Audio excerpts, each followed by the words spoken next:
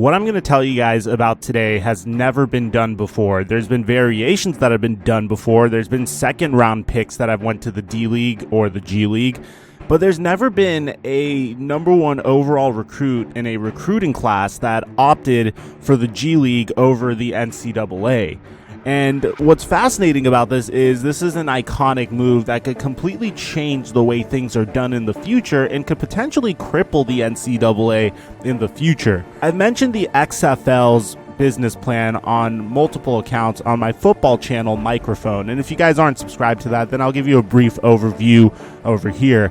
Pretty much, I'm sure you guys know of the XFL. It's a spring football league that pretty much wants to give you the opportunity to watch football when the NFL is off of the air. However, their biggest long-term goal was, because they've suspended operations now, and I believe they're completely done with, I'm not exactly sure if that's confirmed, but their biggest money-making plan was to eventually become an attractive destination for would-be NCAA recruits and give them a platform to, one, showcase their talents, but in addition to that, also be able to earn a living as they're putting their bodies on the line as well. And that was the way that the XFL was going to sustain itself, as giving the NCAA as an alternative to the NCAA and giving amateur athletes the opportunity to become professional athletes a little bit sooner. Players would spend 2 years in the XFL as opposed to 2 years in college, and then they could go to the NFL straight like that.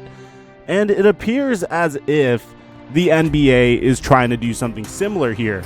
So what's going on, guys? Your boy TheFlightMike back again with some more content. Now, guys, I wanted to give a shout out to all the people that showed up to the Twitch stream last night. I had a blast rebuilding the New York Knicks with you guys. We're going to be live streaming again at 9 p.m. Pacific time, so make sure you're followed in the description down below. It's twitch.tv/FlightMike. And also, guys, if you love basketball content and you happen to catch a couple of videos on this channel, please take a moment to drop a like, subscribe, and turn notifications on, because every single bit helps the channel grow, especially at a time where NBA content creators are going through a little bit of a tough time. Now, let me tell you a little bit about Jalen Green. So he's the number one overall high school prospect in the 2020 high school class. And what's interesting about this situation is typically the top high school prospect is going to be sought out by the top NCAA squads, Kentucky, Duke University, even North Carolina. Well, in Jalen Green's case, he was already committed to Michigan to play basketball. Now, I think there's one major reason Jalen Green did this, and to jump into everything and catch you guys on everything, I have to give you a little bit of a profile on Jalen Green. I was doing some research on Jalen Green, and I was blown away by some of the stuff that this guy could do. This guy's a 6'5" shooting guard who kind of has a similar game to Anthony Edwards in the sense that they're both extremely athletic, though I believe Anthony Edwards is a much, much better shooter than he is. But Jalen Green will have an opportunity to improve in the G League. But here's the thing that people are saying that is a complete lie, and I want you guys to get this into your head.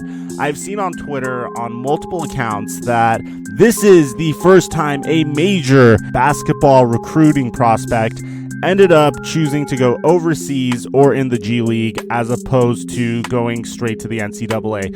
That's not necessarily true. This has happened before, and this is where we have to exercise caution. This is where it could be a little bit scary, because the last player that did such a thing was Emmanuel Mudiay when he went to China. He was considered to be a top recruit in 2014 in Arlington, Texas, but what ended up happening to him is he also wanted an opportunity to provide for his family. So what he did was he went to China, and in China, he fell from a possible top 3 pick to a number 7 overall pick by the Utah Jazz, but he got traded to the Denver Nuggets. On the Nuggets, nothing would really materialize for Mudiay there because they felt like he was an extremely raw prospect, so they ended up drafting Jamal Murray shortly after.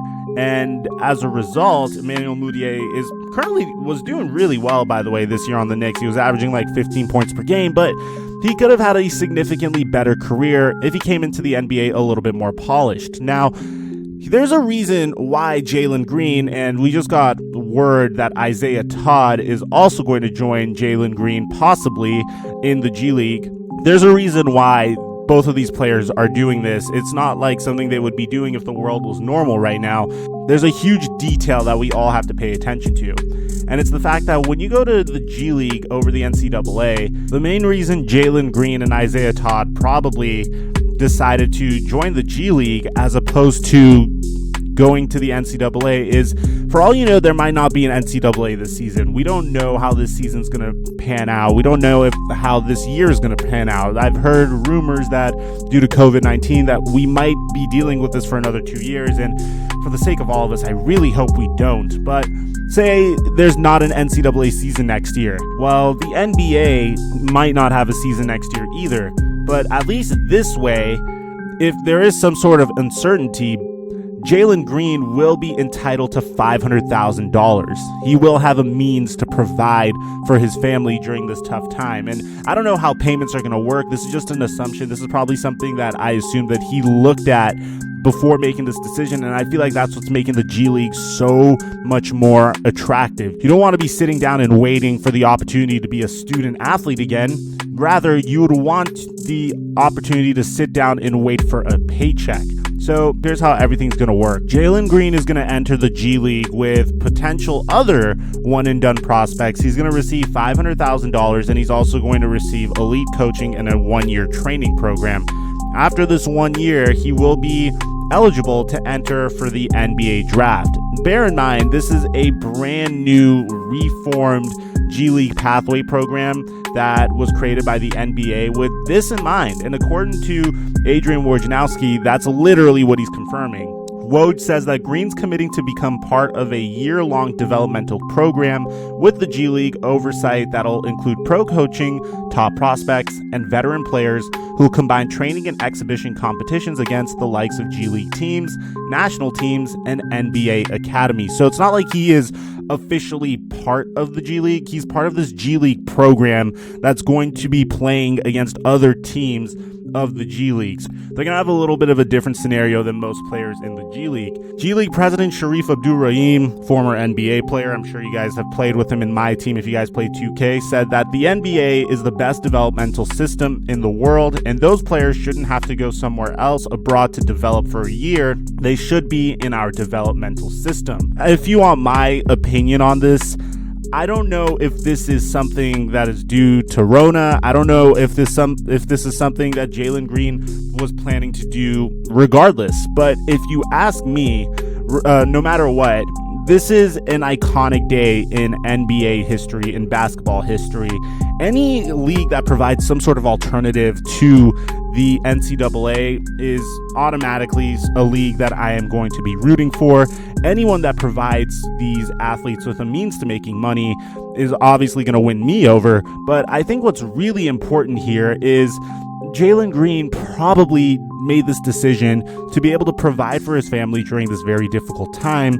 But I do hope that this becomes the new meta. I hope he doesn't turn into the next Emmanuel Mudiay, but I don't think he will. And here's the difference this time. Mudiay went to China. He was barely used in China. You know, he was used sporadically, but he wasn't really the focal point of the Chinese offense when he was there.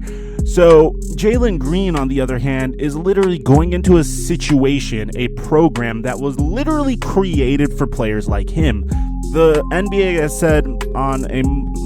said multiple times that this is a program for top prospects. Top prospects will be paid this much, and they'll be paired with these professional coaches, and they'll be playing with such and such players. But the important thing is that they're saying top prospects will have the opportunity to do this. This isn't something that anyone could do. So this is obviously the beginning of something new. I understand that this is something that could potentially be as a result of our current situation, but I believe that despite Jalen Green getting into this just so he can make some money, I feel like he is about to be a pioneer for many years to come for other prospects. Let me know what you guys think in the comment section down below. Do you like this move that Jalen Green's doing, or do you think that it could blow up in his face?